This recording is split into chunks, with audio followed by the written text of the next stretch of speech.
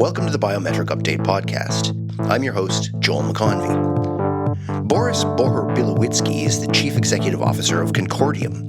We were supposed to talk about age assurance, but the agentic economy is changing so fast that we ended up talking about a whole lot more. Here's Concordium CEO Boris Bohrer-Bilowitzki on just how fast the agentic world is moving. Thanks very much for having me. Look, I'm originally I've actually been a finance guy for most of my life, more on the infrastructure side. Got the crypto bug, if you want to call it like this, but in 2017, and then we started a company called Copper, which became quite known. I was the chief commercial officer there, so in charge of like all things, sales, trading, enterprise, etc., built the entire go-to-market strategy for the firm globally, from pre-Series A all the way to the Series C. Became a rather big thing, which I'm very happy and proud of. But at the same time, that of course comes with the fact of business is kind of outgrowing you, to be honest. Where you have, it kind of needs a different caliber of people that really kind of enjoy the committees of the committees. And that's not necessarily me. I always wanted to build things, be more on the raw side of things. And Concordium came into my peripheral view in 2022, late 21, beginning 22. It was founded by a guy called Lars Seier Christensen, who is the co-founder for 20 years. He was the CEO of Saxo Bank. And what kind of stood out with that chain, apart from it being like the code being beautifully written, was the fact of kind of swimming against the grain on the premise of what crypto actually stood for, or kind of became, which is the entire idea of, being completely anonymous. And the anonymous nature is something that when it comes to real world use cases and the compliance side of things, not necessarily something that flies. Now, Concordium kind of took a different spin on it, with the ability to have identity built into the base layer of the chain, on the protocol layer, that allows you to do all sorts of wonderful things. And I kind of got to know the project over the course of 22, 23, and into 24. And then how it somewhat happened, I was like, look, I think this is what the industry really needs. Completely privacy-preserving identity that is built into a protocol that allows you to do things like age verification or alike. And I kind of came in as the CEO in September 24. And we kind of, the project has been around for a long time, hasn't been doing that well, to be honest, because it was kind of it was just too early, quite frankly. Lars was too early in he took a bank online in 1996 when people were still arguing if the internet is a thing or not. So the same kind of applied here, and then kind of build certain pillars out, which I saw as relevant, specifically if you think about smart contracts, acting in a custodial function in many ways, and anything right now in crypto that more lives on the application layer rather than the protocol layer. Mm-hmm. So identity is there. You have what we're about to release, PLLs, protocol level locks, meaning that, you can handle cash stablecoins in a different way on the protocol layer, where without the risk of, every single hack that you see and misappropriation. I think Drift was the latest last week or something with 280 or 300 million. Yep. Those are not risks. And I know a thing or two about custody from Copper, right? So it's a smart contract shouldn't do this. But already at that time, and then of course PLTs, protocol level tokens. So not in a smart contract issuance, but protocol issuance. And all of that was built in the foresight, which we didn't really want to do, or I kind of stepped away from, because it was an immense moving target of what this new technology, which is not that new, but like really up and coming, artificial intelligence is going to do. So a lot of things that we've done over the course of the last year, if you think of like privacy preserving age verification for, the online gambling, adult industries, whatever it is, because there were, online safety acts and whatever has been enforced globally on all those various, in those various jurisdictions. was kind of to bulletproof the core thesis, which did work. And the next step, which is, was always on the cards, is to kind of do this for an agentic economy, where Concordium is very, very uniquely positioned with the protocol level identity, protocol level token issuance, protocol level locking mechanisms, and everything else. So where you kind of suddenly live in a world where AI agents can transact, but the big question is, can they be held accountable? Yeah, I want to talk about this moment, because in a recent town hall from Concordium, you referred to how Concordium was built for this moment, and kind of referencing the identity first approach, kind of at the core level. So can you just tell me from your perspective, what is the moment at hand? What's happening right now in terms of the transformation and shift into an agentic economy? Look, like I said, I just said it, right? AI agents can transact now, right? And it's happening at an exponential rate. But I don't see there as being a mechanism, if you abstract it away from the application layer, of them being held accountable. Mm-hmm. So without identity, autonomous action is just autonomous risk, if you want to put it in different words. So the verification in many ways is the complete and utter unlock here. So while everybody is talking about AI agents, in my opinion, in our opinion, nobody is really asking the right question. It's not what an agent can do. It's more about how do we know who is responsible when they do it. So the verification side of things here, in whichever shape or form you implement it, of course, unlocks this. And what matters, what in my opinion kind of matters the most here, is that the agentic economy is forming at a rate which I think is completely underestimated by people. I think people don't really understand there are some that already have like 2,000-3,000 agents running for whatever business they are doing. And there are some that have heard for the first time what AI is, which is a very, very scary concept, in my opinion. I mean, you see Dario from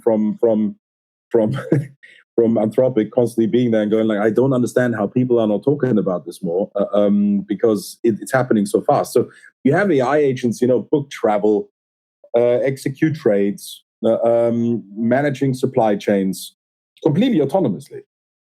But they're doing it on infrastructure which is primarily built for humans.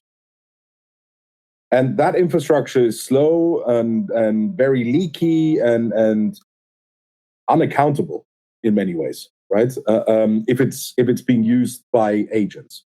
So the entire stack, in my opinion, the entire tech stack needs to change from the ground up for that to actually work properly. So bringing it back to Concordium, we build identity into the protocol layer, like I mentioned, right? It's not bolted on, like after the fact. All the other, all the big chains that are out there right now are doing this on the premise of, jumping on the bandwagon in many shape or form. But they have to do it in the application layer. And the application layer just bears a lot of risk. So if you implement zero-knowledge proofs like we do, you can let users verify age, nationality, or any sort of credential that you want on chain without exposing the underlying data at all, ever. You stay completely private. So the privacy preservation, the privacy preserving nature of an interaction is important, whereby, of course, you need to satisfy all compliance related topics. And there are no workarounds, right? You either do it or you don't. And in many ways, this is not theoretical for us. And when I said we work towards this specific point in that town hall, I do mean it. And if you can kind of now, I hope that people are now seeing it once you kind of connect the dots. What we're doing with Bitcoin.com, which is about to go live, we bring age verification to 75 million wallets, right? Great. If you think of an AI agent doing anything payment related, they will need a wallet. Look at all the problems that happen on OpenClaw's side if you hook up your bank account, right? It's like being accountable to the extent of saying, book me a travel, I want to go to Cabo next week. it's very like, if you don't give the right parameters that need to be enforceable, the agent will book you 16 first-class flights and drains your bank account. So this is where you kind of, those questions. And once that happens, more importantly, if you think of the world that once you interact with an agent on the other side, you also want to make sure that they're accountable and verified, right? So if I'm BA's, British Airways' agent booking center, right, I want to know that on the other side is somebody that is actually verified to do that action, because otherwise it's my problem. Did you see what I mean? Absolutely. It's very simple concepts like this, where you want to then, of course, if you take it several layers deeper, how do you want to do this? Do you want to have your interactions of booking a flight bare ass out in the open? No, I don't want people to know where I'm going next week, right? If I want to go to the next level of an institutional trading side of things, do I want people to know what I'm buying or trading? No. And the locking mechanism that we have built over the course of the last year has all those things built in, exactly the same way as the protocol level issuance. And the identity kind of speaks for itself. That was the only thing that was really there already. So what I think is a little bit misunderstood is that where most of the world is right now, that the agentic economy, like this is like a catchphrase. The agentic economy needs more intelligence. It doesn't need more intelligence. It needs accountability. And an agent can, that can verify who it is, prove what it's authorized to do, and pay without human intervention is the primitive, in my opinion, that unlocks everything else. Yeah, I'm interested in this sort of, we cover age assurance and the policy and the regulation side of it a lot, and the tech. But almost in the longer term, it's like positioning it as like a test case for a world in which verification and transaction are sort of almost synonymous. Is that fair? Are we like completely on point? Those two things need to live in symbiotic, because that's the way that it is right now, right? The transaction is compliant by default, right? It's just, again, coming back to like the stack that you build it on. It's a different thing if I'm biometrically logging into my banking app in order to pay for something, or if there is no face, there is no fingerprint. So building that bridge technologically is quite hard to do, impossible for all the big chains, because you will need to rip out everything that you actually are built on right now. And I'm talking, the Ethereums and the Solanas and everything else. The only thing that they can do is build it into the application layer, which is fair and square. But look, in many ways, I've been in this industry now for nearly 10 years. It was great to see of how cool things can be with during the DeFi summer, right? And tokenization is boring and is going to be solved by whichever player there is, Canton or otherwise, right? The main thing is that this industry exists on the premise that there is a digital economy in whichever shape or form.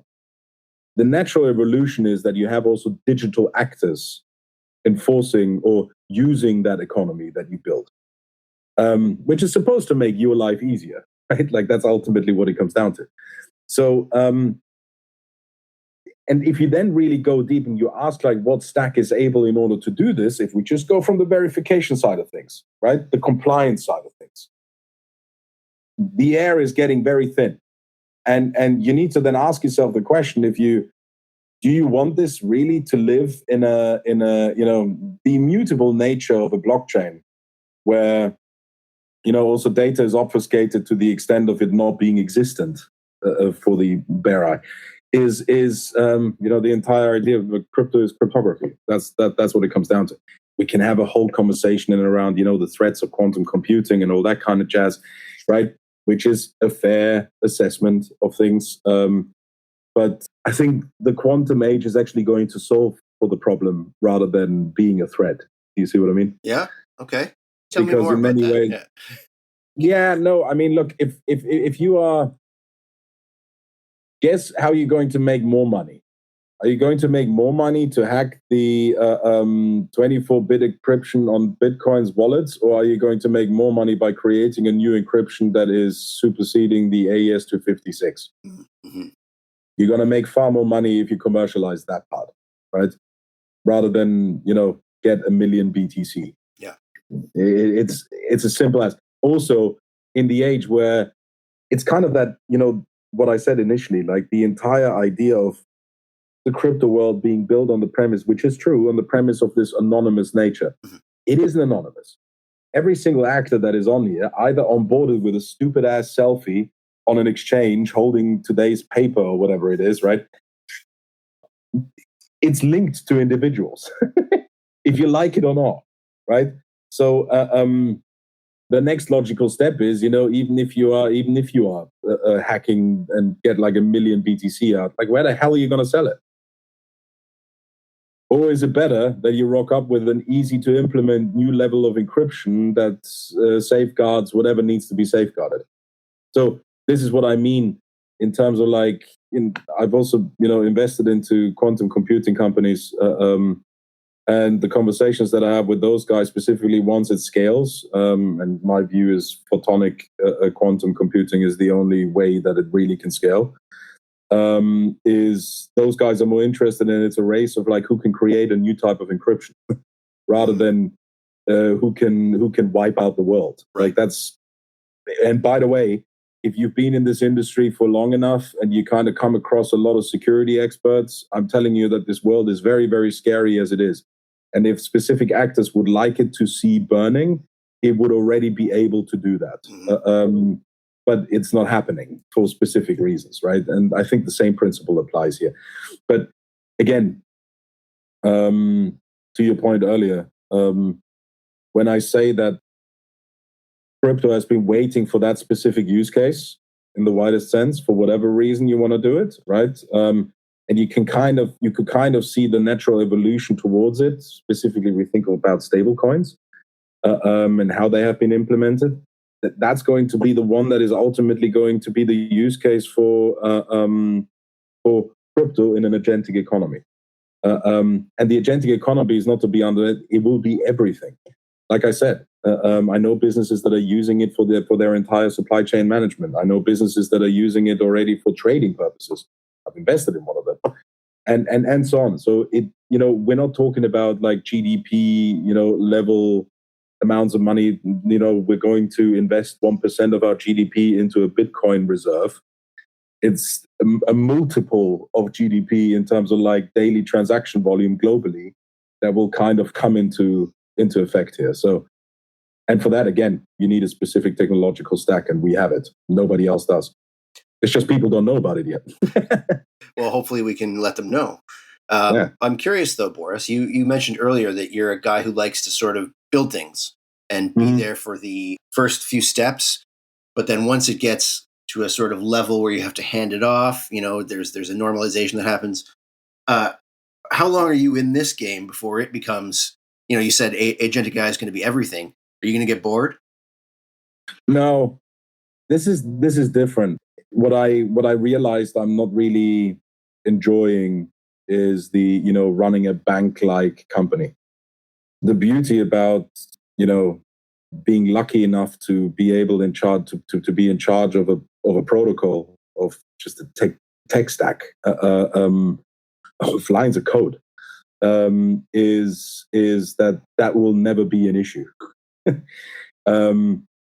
I have to say that I'm more a commercially focused CEO, which is I enjoy learning every single day how things work. And if you would have seen, and people would only know of the quantum leap that we've seen, like in February with Opus 4.6 and everything that's coming out now on the OPEX side, OpenAI, etc. It's mind blowing. So in many ways, I'm now at the point where I worry more about my children than anything else, because what's the point of you learning maths? What's the point of you being in school and listening to somebody like homeschool and just focus on sport and kind of create some social network there? there's a lot of, I think, technologically, socially, not technologically, which is where I agree with Anthropic CEO, is where I kind of see this play out in a very, very dark way. Because it'll suddenly be here, and this time we're not talking about, the guy at your McDonald's who didn't flip the burger in time and now is out of a job. We're talking about, people that have, what's the point of paralegals? What's the point of accountants? What's the point of auditors? What's the point of consultants? It's basically what this technology does. It attacks the middle class, and that is, in many ways scary, which is also why, kind of the humanitarian in me goes like, if we are seeing things happen too fast where people can, very quickly go down a dark hole, again, the verification and the accountability is going to be an important part of that entire journey. So to your question, I'm not going anywhere anytime soon. And I can see myself, riding this wave for as long as possible, because it's also wonderful. What do you think is the latest shit today? Tomorrow is completely and utterly outdated. I mean, it's absolutely incredible to live in a world like this.